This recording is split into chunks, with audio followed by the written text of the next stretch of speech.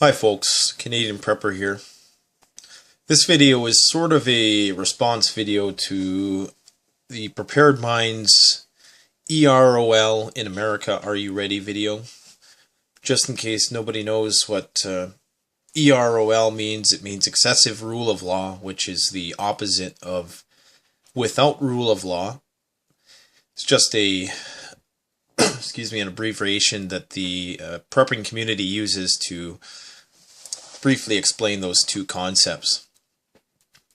Something clicked for me in this video, and I'm not sure which part of it exactly did it, but in watching this video, I've really come to sort of re-examine my views of what would happen in a cataclysmic SHTF scenario.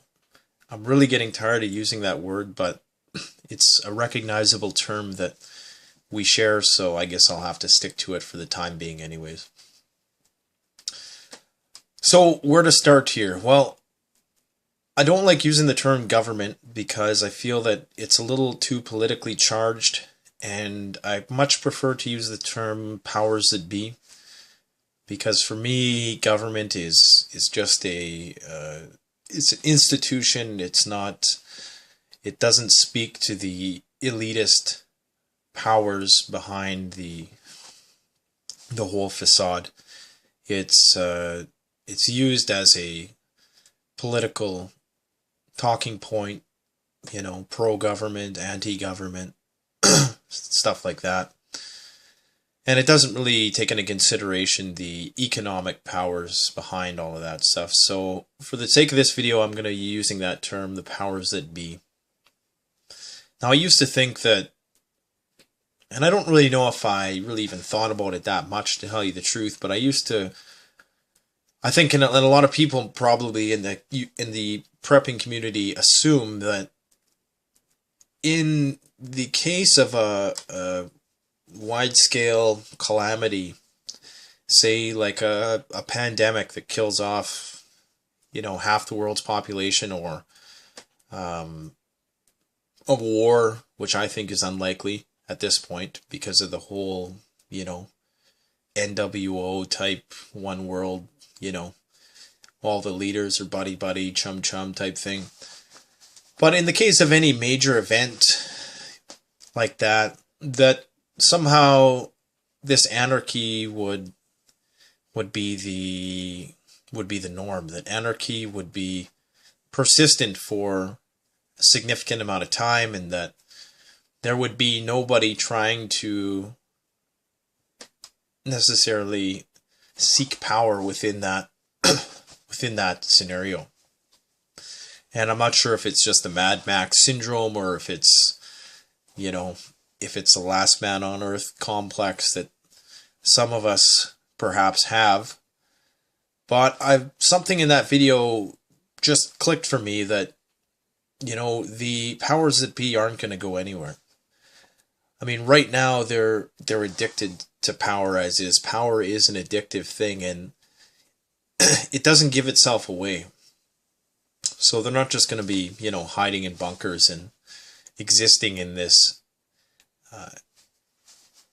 anarchy type society as second-class citizens who, peep their heads out of their bunkers every once in a while. And, even today, the powers that be work to stamp out even the slightest sort of spark of upheaval that before it catches wind in this society as is, because they're well aware of the potential for revolution and rebellion and just people resisting. So I don't really think they'd ever really allow. I think WROL is just step one of EROL. It's essentially what I'm trying to say.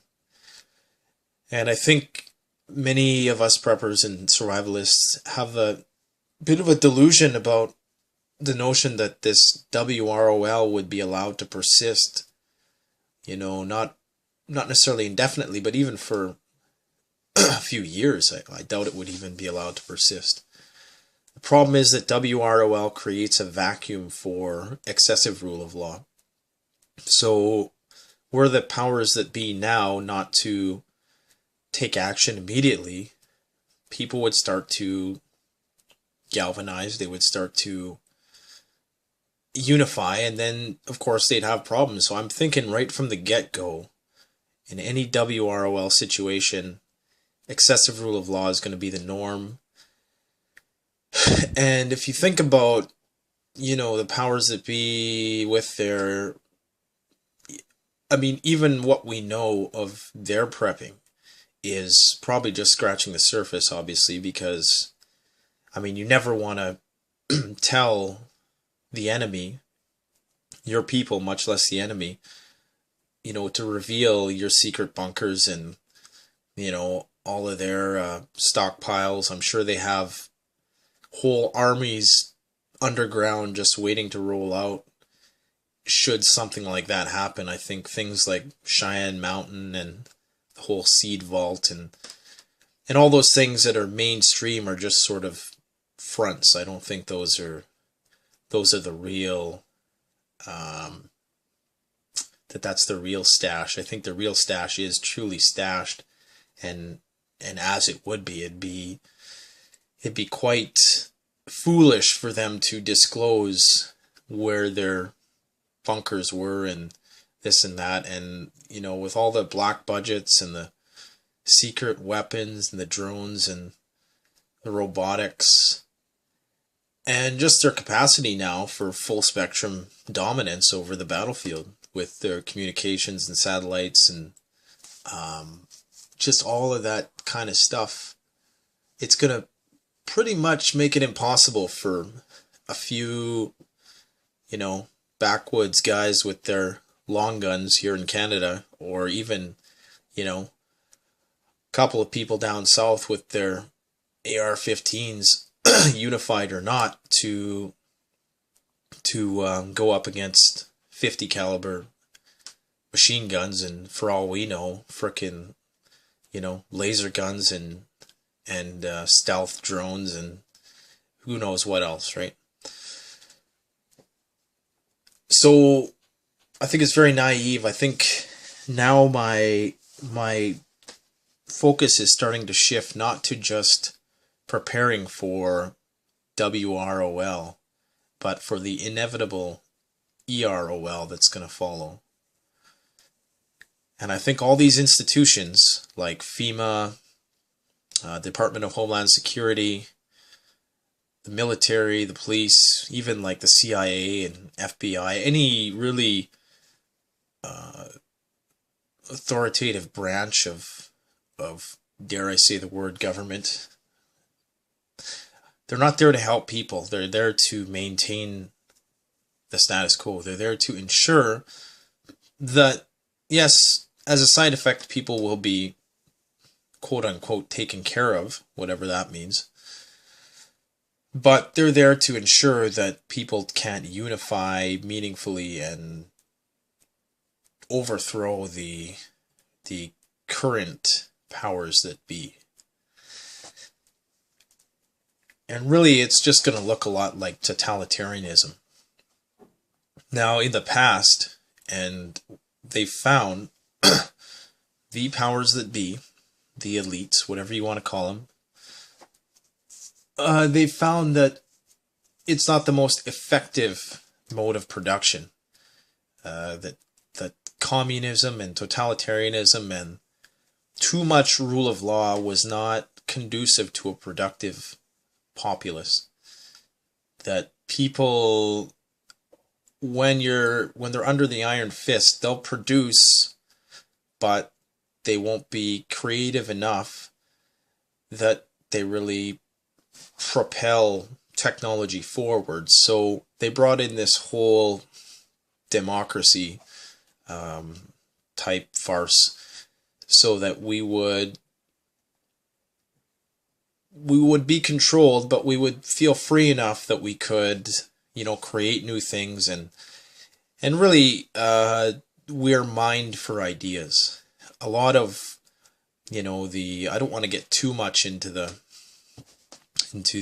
nuts and bolts of the whole, who rules the world type stuff. But, when it comes down to it, you don't disclose your main technology to your enemies because it can be reverse engineered. And in the same way, power doesn't disclose all its secrets to the mere masses because, we could potentially use that to our benefit somehow, which would compromise the power structure, the status quo, whatever you want to call it. But that system wasn't, like I was saying, or the EROL isn't as productive.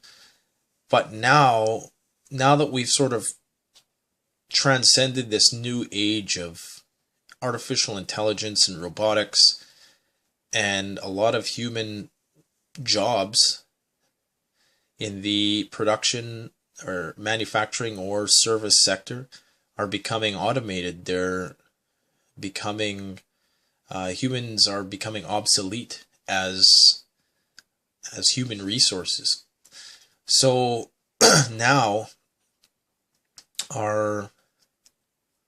the excessive rule of law perhaps is more of a efficient system to usher in the new age.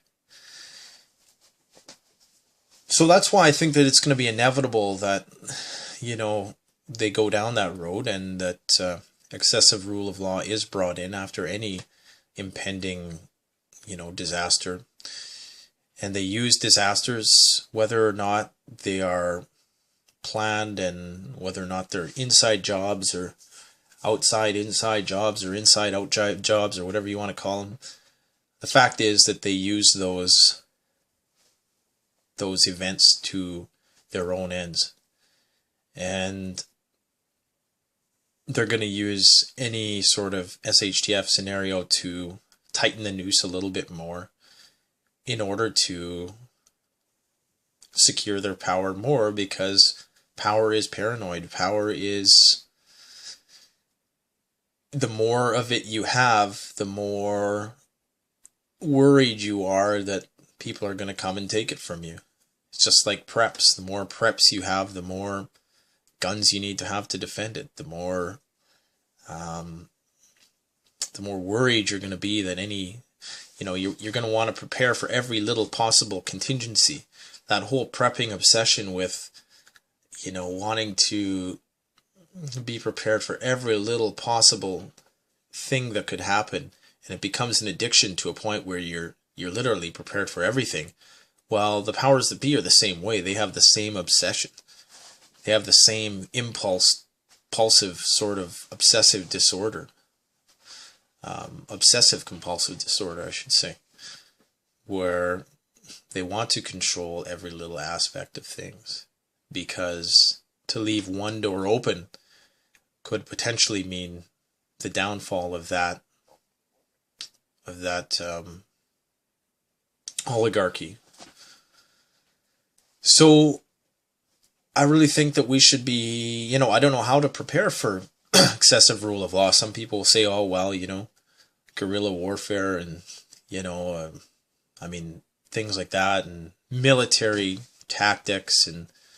And so really you'd be preparing to revolt. But, I don't really see that as much of I don't see that as a viable option. It's possible that, I think the only possibility is that somebody within the ranks of the powers that be would somehow sabotage something like that, because the machine itself is far too powerful. Just one tank, for example, could take on like 50 people with trucks and machine guns and all that crap, So they're ready for any sort of civil unrest, and I just don't. Maybe I'm pessimistic about the abilities of people to smash the machine, but I think in prepping for WROL, it really is just prepping for EROL, which is sure to follow that, and it probably won't be too long behind it. I know in the movie World War Z, and not the movie, actually the book, how they were finally able to bring order back to the country, the United States anyways, was they systematically did a sweep of the entire nation, and they went foot by foot, square meter by square mile, and they basically killed off all the zombies. And they said one of their number one problems that they encountered was what they called the LMOs, or the last man on Earths. And I think preppers are going to be those people, but the fact is that, inevitably, you're king of the castle, but inevitably you're going to be steamrolled over. And I really don't know what the solution is to that. I think what we can hope for is to survive the WROL phase and hope that,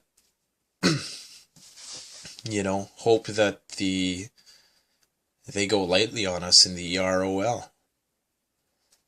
And, maybe maybe I'm not optimistic enough when it comes to the ability of people to work together to, maybe I don't have enough faith in David against Goliath. I don't know. What do you guys think? I just can't see the government capitulating and giving away all its power and just, spending the rest of its existence under Cheyenne Mountain or the like. I called it the government again, which is just a fancy disguised term, right, for the elites. So, comment, subscribe, tell me what you think. Sorry this video was so long, but, that's just how it is. Canadian Prepper out.